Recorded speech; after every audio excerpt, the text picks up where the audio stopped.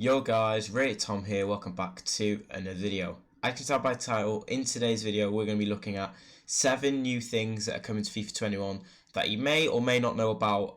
If you guys, are sort of die-hard FIFA fans who keep up with everything, then you'll know a few of these features, or if not all of them. But for you guys that just kind of casually play the game and want to know what's coming to the next FIFA, hopefully this video will help you out. But before we do get into it, make sure you do smash that like button and subscribe and turn notifications. Also, go follow my Twitch. We try to stream every day at 1 o'clock British time. So whatever time that is in your countries, but 1 o'clock UK time. And yeah, let's get into it. So number 1 on our list is Foot Co-op. So basically, all of this information I'm going to be reading out is all on the FIFA 21 website or in the pitch notes. So I'll link it down in the description if you want more of an in-depth read. I'm just going to skim over mostly and just sort of like sum each thing up. So obviously I've got 7 different things on my list that I think are quite cool and are going to be added to FIFA 21. So yeah, here we go with Foot Co-op. So Foot Co-op, as you can see on the screen here, it is going to be a new sort of game mode, not even a game mode, just sort of as it says here, we've added a new friends widget to the game. So by clicking R2, as you can see on the controller here, by clicking R2, the widget will pop up on your screen, and basically you can see who's online. And what Foot Co-op is, you can go into division rivals or squad battles. No draft, I don't believe, which is a bit of a shame.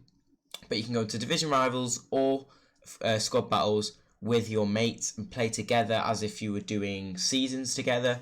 So as you can see here, so say I'm captain and I'm playing with my mates. This is what it would look like on the screen. And here we go. The person who sets up the lobby will become the captain, meaning that they have control over which of their squads will be used for the match. So say what I would personally do, whoever's the best squad, try and put them as the captain, so then you can play with the best players possible and hopefully you'll win.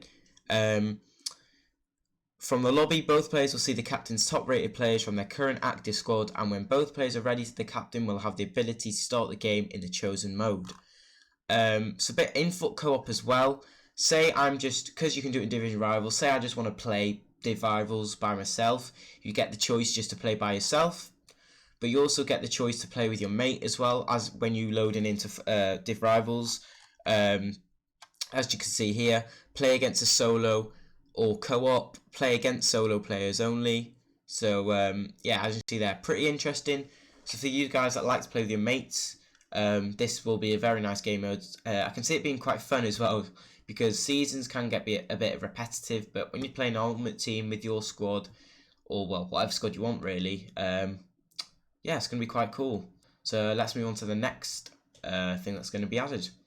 So the next thing being added to FIFA 21 is division rivals placements through squad battles and promotions and coin rewards. So basically, as you can see on here, in division rivals, pretty much, I think it's been the same every single year. You play 5 placement games, and then whatever say you get 5 wins. I think the max you've been put in is like Div 3, Div 4 maybe. But if you win 1, you probably win about Div 9, Div 8, and you get what I mean. But now it's going to be changed to 10 games instead of 5, which I don't know what I think about that. It's probably going to be a bit of effort just to get into the, your first division. You just want to play those 5 games and get into it.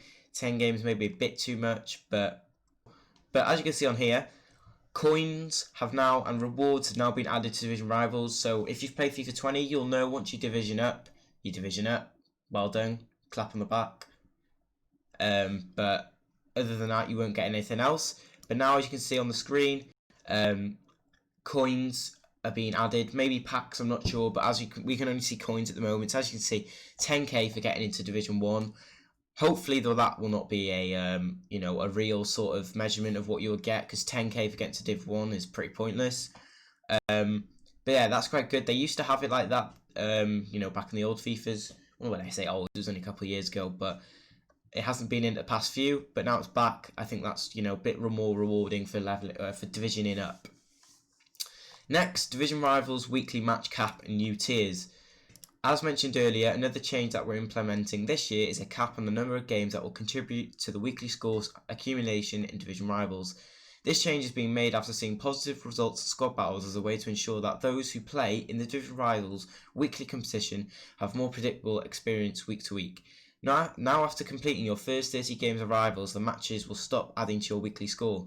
So like on squad battles, once you've played those, I think it's 40 games I believe, your score doesn't update, but it does count for challenges, so you can play more and more games. You can play as many games as you want. You can still reset the opponents, but none of the points count, and that's going to be the same on Div Rivals. So obviously your skill rating goes up, and you get Division Rival points for every game you win, lose, draw, whatever. But now you're going to only have a max of 30 games to play. That will count towards your score at the end of the week where you get your rank.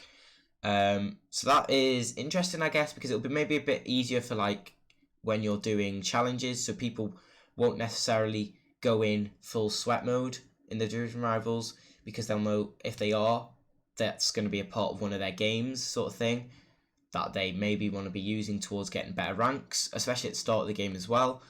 And I do kind of like this change, although I'm not sure who plays 30 games of Rivals a week.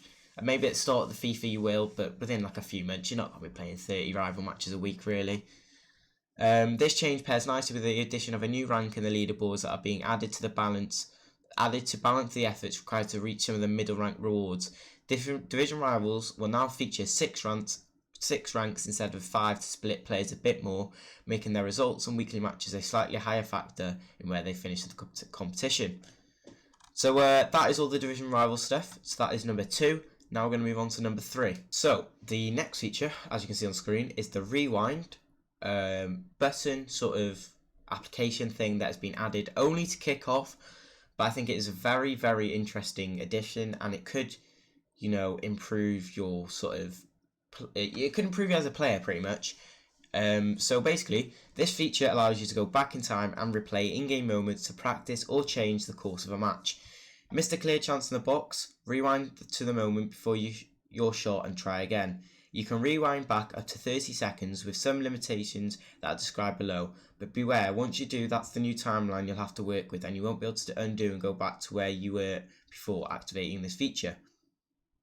So, as you can see on screen, when you click options, so again on the PS4 controller, click options here, right here, and then that brings up sort of the menus, doesn't it? And then this is going to be a new button on the menus, and basically, say you've taken a shot and you've hit it absolutely over the bar, but you want to sort of practice that type of shot, or maybe that type of pass for when you're doing foot champs. So make sure you try and play against a harder, you know, world class up to legendary ultimate sort of thing, because then obviously it'll be more like playing an online player. So basically you've done that pass and it's gone terribly wrong, but you really want to know how to perfect that pass. Click the rewind button, and then you can basically just go ahead and practice that pass for as long as you need to do. Get into different chances, different opportunities on the game, or in the match, sorry, should I say, and then, you know, keep practicing, and then eventually, obviously, practice makes perfect. So I think this is a good way to practice. If you want to get better at the game, I would go ahead and use this. Again, it is only in kickoff, which is a bit, you know, annoying, but I guess they couldn't really do that on an online game, could they? So yeah, that is number 3. I think it's quite an interesting sort of feature that they've added. Comment below what you think of this. Now on to number 4. So this one's for all you career mode fans. If you're a career mode fan, I'm sure you already know about this, but for you guys that just, you know, like playing career mode, you know, on the off time sometimes, you know, just not all the time, and you don't know about this, a new addition, sort of like Football Manager, Football Manager, is being added to career mode. As you can see on screen, it's called Interactive Match Simulation, and this is what it will look like. So when you're simming a match, usually it's just the 2 lineups and then bam, skip to the end. You don't really get to know much about what happened in the game, but as you can see here, Interactive Match Sim is a new way to experience matches in career mode. You can now take a step back from the traditional gameplay and focus on the bigger picture. Interactive Match Sim enables managers to adopt a more tactical and faster paced approach to matches, making all important decisions from a touchline and watching their impact on the pitch from a top-down view. So, as you can see on the screen here, sorry. Let's have a look at number 7. It might be quite small, but number 7 right here. say he's just got the ball and he's about to take a shot, and it will tell you you can then instantly jump in or out into the game and play that sort of section, if you know what I mean, and you can jump back out. So instead of the AI sort of doing it, like the computer, you can't, handle whatever's gonna happen. You can't take control. You can now instantly jump in or out, as you can see on the screen here, and control the shot, free kick, penalty, whatever it may be. So as you can see here, this is what it will look like. This is what it looks like. So jump in, you click jump in, and then obviously there's a countdown, and bam, you get to take the shot. So yeah, that is very, very cool. Also, you can see here, jump to result. So if you want to skip to it, maybe if you're in like the 70th minute and you really can't be bothered doing any more, like you're 4-0 up or something, you can just skip to the end, which is very nice and simple. But it's definitely a new feature for career mode that will make the game a lot more enjoyable and more realistic, I'd say. And I'm actually quite looking forward to use this. And comment below if you are as well. Let's move on to the next one. So next on our list is the FUT Stadium sort of customization feature that is being added to Ultimate Team. If you've seen the Ultimate Team trailer, this was sort of a big sort of part of it, and sort of something that EA seems to have concentrated on, sort of customization. So yeah, as you can see here, this year we're adding to those options with something entirely new. So the stadiums that we can already do on FIFA 21, you can add tifos and you can add those little things in the centre. Not sure what they're called, but you can add those. Now, as you can see here, for FUT 21, we've built the FUT Stadium to be the most customizable arena in the game. Designed from the ground up, FUT Stadium grows alongside your club with the new customization options that enable you to craft an environment which truly represents your club, and the ones that can take on a range of different looks.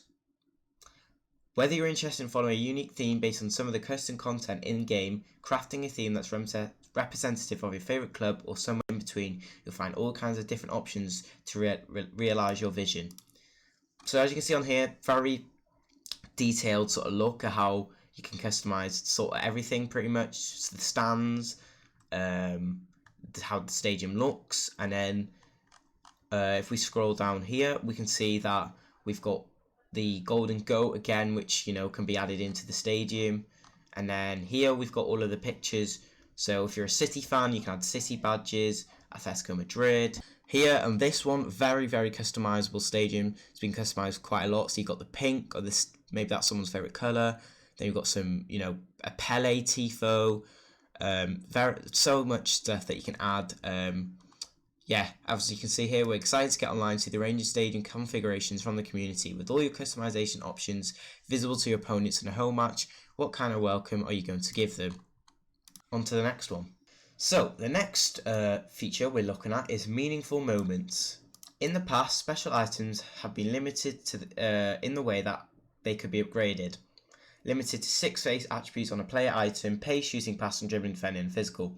This allowed us to improve players, but didn't allow us to target specific attributes to increase based on the specific events that happen in a match. In FUT 21, we built out a new feature that will allow certain special items, such as moment items, to better reflect the real-world footballing moments they are based on. As an example, if Trent Alexander-Arnold was to receive a moments item to celebrate him as a dead ball specialist in a previous game, his passing would increase to raise his free kick accuracy stat. In FUT 21, however, we'll be able to raise his free kick accuracy to new heights without also impacting his short and long passing to better reflect on his on-pitch abilities in FUT. Basically, what this means is they're going to be targeting certain abilities instead of... So on an inform card, I think they go up 1 every time. So say their shooting might go up 2 or something like that. Now it's the the in-game stats that will go up instead of just the face card, the ones on the card. So as if, like it said there, Trent scores a free kick, maybe De Bruyne scores a free kick, his free kick stats will go up. Say Ramos does a hell of a tackle, clearance off the line, then his tackling, or if he heads it, scores a headed goal, his heading accuracy will go up. So I think you get the gist of it. Just a small little addition, but I think it's very, very, interesting that EA are thinking, outside the box of these things. And yeah, it's cool because you are limited in FIFA 20 to the players that you can use and the stats they have. Here, this pretty much can be upgraded to whatever they want. So yeah, that's a pretty cool addition. Only a little small one, but yeah, we'll move on to the final one now. So the last thing we're going to be looking at is FUT events / community events. So what it is, as you can see on here, you've got Team Haaland, Team João Felix. So you can pick to be a part of one of those teams. I'm guessing you won't just have to be Haaland or Team João Felix. I'm sure there'll be other teams that will be added into the game.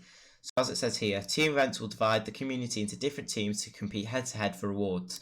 So say Team Haaland get to a certain amount of XP before Team João Felix, they'll be able to earn some rewards for competing in those events. Teams can be crafted using any type of theme or competition. So as you can see here, it won't just be the Haaland or João Felix, or your Team Pele or Maradona, Premier League, Bundesliga, robots or dinosaurs or sea monsters. When it comes to choosing your team, don't worry about which one has the most members. Get behind your favourite, as the competition isn't about earning the absolute highest amount of total XP. Competitions are balanced based on which team members are contributing the highest XP on average for the event. So you don't need like 100,000 people on one team. It's just on average what team is getting the most points each person. So say 100,000 people, but on average they're only getting 20 points per person. But then there's 50,000 people in the next team, and they're getting 100 points per total. Or then they're obviously going to win because they're getting a lot more points.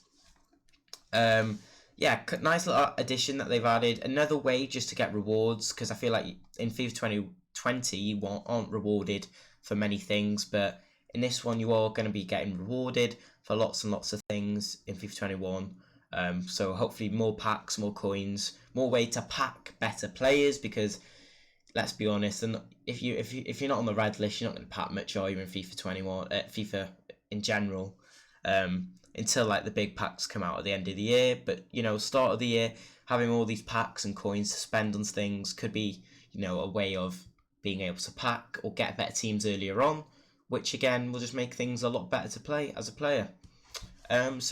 So yeah, hopefully you guys did enjoy this video. If you did, make sure you smash that like button. That'll be greatly appreciated. Also, drop a sub if you're new and turn on notifications so you know when I do upload more videos. And yeah, if this video was helpful, drop a comment below what you think of all the new things that have been added. These are just a few things I've picked out that I think are quite cool. And yeah, hopefully I'll see you in my next video, guys. Peace out.